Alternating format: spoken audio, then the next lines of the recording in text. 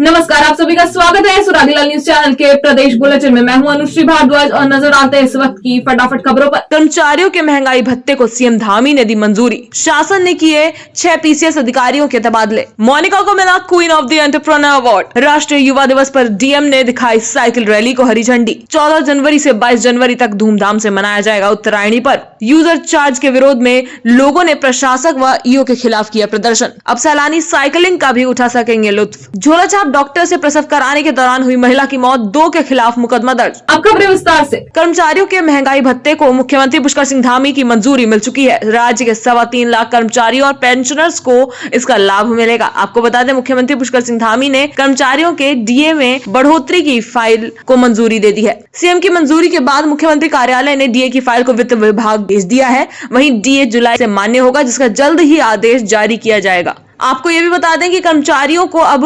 42% DA की जगह 46% मिलेगा, यानी कि सरकार के खजाने पर सालाना लगभग 500 करोड़ रुपए का अतिरिक्त आर्थिक भार पड़ेगा। संवाददाता सुनील राज की रिपोर्ट। शासन ने 6 पीसीएस अधिकारियों के तबादले किए हैं, जिसके आदेश संयुक्त सचिव श्याम सिंह ने जारी किए। आपको बता दें, राहुल कुमार गोयल को नगर निगम ऋषिकेश से हटाकर गढ़वाल मंडल पौड़ी नियुक्त किया गया है, तो वहीं शैलेंद्र सिंह नेगी को डिप्टी कलेक्टर टिहरी से हटाकर नगर आयुक्त ऋषिकेश की जिम्मेदारी दी गई है। इसके अलावा चतर सिंह चौहान को डिप्टी कलेक्टर उत्तरकाशी से हटाकर डिप्टी कलेक्टर पौड़ी बनाया गया है एवं युक्ता मिश्रा को डिप्टी कलेक्टर देहरादून से हटाकर डिप्टी कलेक्टर पौड़ी बनाया गया है। वहीं अबरार अहमद को डिप्टी कलेक्टर पौड़ी से हटाकर डिप्टी कलेक्टर चमोली बनाया गया है एवं नवाजिश खलीक को डिप्टी कलेक्टर पौड़ी से हटाकर डिप्टी कलेक्टर उत्तरकाशी बनाया गया है। संवाददाता सुनील राज की रिपोर्ट। उत्तराखंड की मोनिका को महिलाओं को डिजिटल प्लेटफॉर्म पर आत्मनिर्भर बनाने पर क्वीन ऑफ सक्सेस अवार्ड से नवाजा गया। आपको बता दें, उत्तराखंड में आए दिन एक के बाद एक प्रतिभाएं उभर कर सामने आ रही हैं। ऐसा ही कारनामा उत्तराखंड के नैनीताल जिले के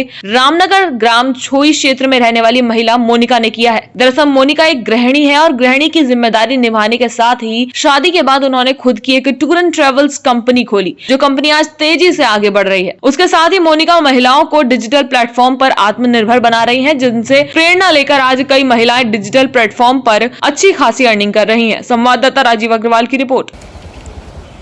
क्या थोड़ा बोल लेंगे, वो भी चलेगा। मुझे जो ये अवार्ड मिला है, ये फार्मर टाइम्स मैगजीन से मुझे मिला है और जयपुर में ही ये अवार्ड शो हुआ था। और मुझे जो ये अवार्ड मिला है, ये क्वीन ऑफ सक्सेस के लिए मिला गया है for the women entrepreneur.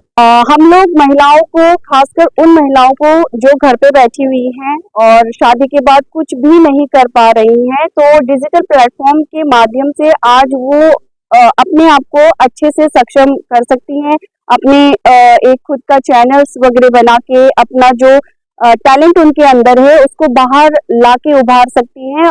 Earning तो होगी ही होगी, साथ में उनका खुद का नाम भी होगा। 12 जनवरी राष्ट्रीय युवा दिवस के अवसर पर डीएम चंपावत नवनीत पांडे ने कलेक्ट्रेट परिसर से मायावती आश्रम तक 16 किलोमीटर की साइकिल रैली, जिसमें कुल 20 प्रतिभागियों ने प्रतिभाग किया था। जिलाधिकारी ने उन सभी प्रतिभागियों को शुभकामनाएं दी। संवाददाता लक्ष्मण बिश की रिपोर्ट।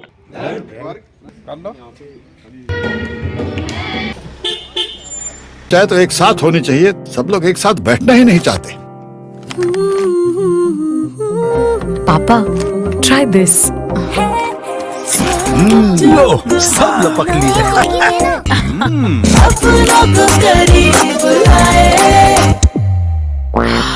ये क्या हाल कर दिया है रूम का? बस कल से चाय मेरे रूम में। देवर पान नमकीन। गांधी पार्क में चल रहे राष्ट्रीय स्तर सरस मेले के दृष्टिगत प्रशासन द्वारा गांधी पार्क के पास ठेली फड़ व्यापारियों को वैकल्पिक रूप से अंबेडकर पार्क में शिफ्ट कर दिया गया था। तो वहीं उन्हें भ्रम हुआ कि ठेला व्यापारियों को स्थायी रूप से अंबेडकर पार्क में शिफ्ट कर दिया गया है, जिस कारण वहां गतिरोध की स्थिति उत्पन्न हो गई। जिसके बाद क्षेत्रीय विधायक शिव अरोड़ा लघु व्यापारियों की सूचना पर तत्काल पहुंचे और गतिरोध को शांत कर दोनों पक्षों में सुलह करवाई। संवाददाता दुर्गेश तिवारी की रिपोर्ट। अब जो है यहाँ पर ये जो अंबेडकर पार्क है, इस अंबेडकर पार्क अभी यहाँ राष्ट्रीय सरस मेला लगा है, जो राष्ट्रीय स्तर का मेला है। उस राष्ट्रीय स्तर के मेले के कारण से वहाँ के आसपास जो ठेले बहुत सालों से लगते हैं, उन्हें यहाँ विस्थापित किया गया, क्योंकि राष्ट्रीय स्तर का मेला है। राष्ट्रीय स्तर के वहाँ वेंडर आए हैं और पूरे देश से लोग वहाँ आ रहे हैं, तो उन्हें यहाँ पर अंबेडकर पार्क के अंदर लगाया गया है, क्योंकि ये गरीब लोग भी, इनकी रोजी रोटी चलती रहे, ये रोज कमाने वाले लोग हैं। तो इनकी प्रशासन के द्वारा वैकल्पिक व्यवस्था की गई थी। मुझे कल रात पता चला, मैं यहाँ आया था और उनकी कुछ समस्याएं थी, उन समस्याओं को मैंने सुना था।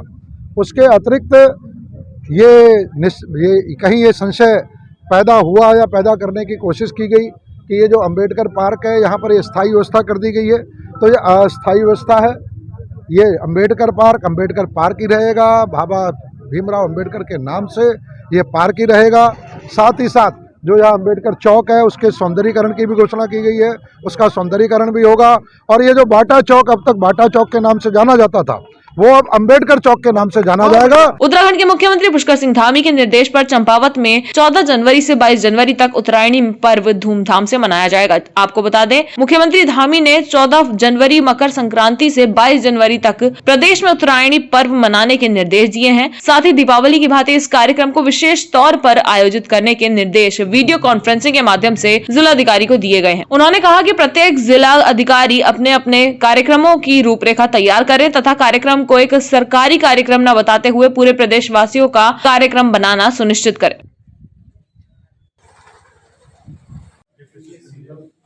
शासन द्वारा निर्णय लिया गया है कि 14 जनवरी से लेकर 22 जनवरी के मध्य में एक विशेष उत्तरायणी पर्व जो है मनाया जाएगा।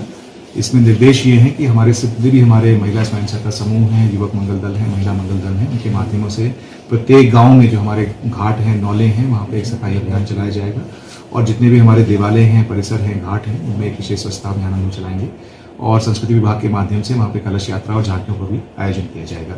जहाँ पर पारंपरिक रूप से उत्तरायणी के अवसर पर मेलों का आयोजन होता रहता है, उसको और हम वृहद स्वरूप देने का प्रयास दे रहे हैं। और इसी प्रकार जो हमारे एक टनकपुर शारदा घाट है और हमारा जो छतार स्थित हमारा राम मंदिर है, वहाँ पे हम पूरे सप्ताह जो है एक विशेष पर्व के रूप में वहाँ पे हम लोग उत्सव मनाएंगे। मेरा सभी जनपद वासियों से अनुरोध भी रहेगा कि जो 22 तारीख को हम इसको एक दीपोत्सव के रूप में इसको मनाएं। चाहे तो एक साथ होनी चाहिए, सब लोग एक साथ बैठना ही नहीं चाहते। पापा ट्राई दिस। लो सब लपक लिए।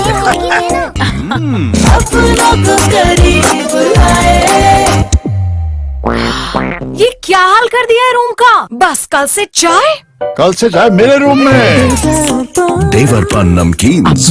विश्व प्रसिद्ध जिम कॉर्बेट नेशनल पार्क से सटे रामनगर वन प्रभाग में अब सैलानी सबसे चर्चित कॉर्बेट फॉल में साइकिलिंग कर सकेंगे। वहीं सैलानियों को रिझाने के लिए यहां साइकिलिंग ट्रैक बनाया गया है। पर्यटक साइकिलिंग के जरिए 2 किलोमीटर के ट्रैक में जंगल के नजारों, वन्यजीव और पक्षियों का नजदीक से दीदार भी कर सकेंगे। ये सारी जानकारी डीएफओ दिगांत नायक ने साझा की। संवाददाता राजीव अग्रवाल की रिपोर्ट।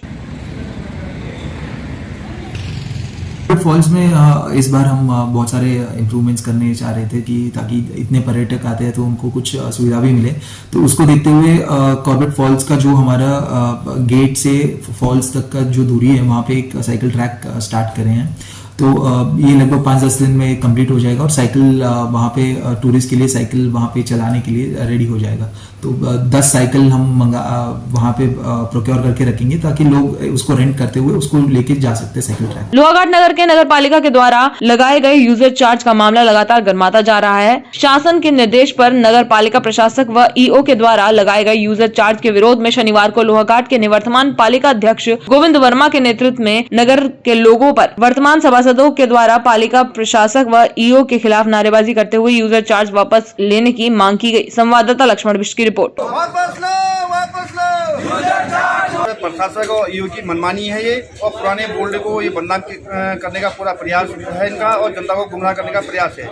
अगर बोर्ड में कोई इस प्रकार का प्रस्ताव आया भी है तो सिर्फ 6 महीने के लिए ही बाध्य होता है, 6 महीने बाद स्वतः ही निरस्त हो जाता है। और इनका कहना है कि 16 सत्र में एक बोर्ड में प्रस्ताव पास हुआ था, ये सरासर गलत बात कह रहे हैं। 16 सत्र में ये चर्चा हुई थी कि बोर्ड में जो निवर्तमान बोर्ड पुराना बोर्ड था, हमसे पुराना बोर्ड, उसमें ये चर्चा हुई थी कि जनता से सलाह मशवरा लिया जाए, जनता से राय ली जाए कि इसमें क्या क्या किया जाए करके। तो अखबारों के माध्यम से, अन्य माध्यमों से जनता को जागरूक करने के लिए कुछ नगर पंचायत द्वारा विज्ञापन भी प्रसारित किए गए और जिसमें जनता का कोई सुझाव नहीं आया। तो उसको मानते हुए इन्होंने यूज राज सुनना शुरू कर दिया, जो सरासर गलत है और जनता में भारी आक्रोश है। जनता के साथ साथ जो निवर्तमान बोर्ड है उसको भी बदनाम करने का प्रयास किया जा रहा है, जो सहन नहीं किया जाएगा। या तो प्रशासक और ईओ अपने बयान सुधारें। नाराजगी है जो बोर्ड ने कोई फैसला नहीं लिया है, ये एक अफवाह मात्र है और जनता में काफी आक्रोश है। जब जनता के ऊपर हमने कोई कर ही नहीं लगाया, तो ये कहां से ये कह रहे हैं कि ये बोर्ड ने पास किया। जनता में काफी नाराजगी है और हम पूरा विरोध करेंगे शहर के लोगों को साथ में लेके। और अध्यक्ष जी, ये एक मतलब मन गणंत वो है, हमने जनता के ऊपर कोई कर नहीं लगाया, हमने जनता को सुविधा दी है। जब कूड़ेदान उठे थे हमने घर घर गाड़ियां भेजी, हमारे द्वारा कोई कर नहीं लगा गया है और नहीं कोई ये बोर्ड में कोई प्रस्ताव पास हुआ है। आज के लिए बस इतना ही। प्रदेश से जुड़ी सभी खबरों को जानने के लिए जुड़े रहिए सुरागीलाल न्यूज चैनल से। धन्यवाद।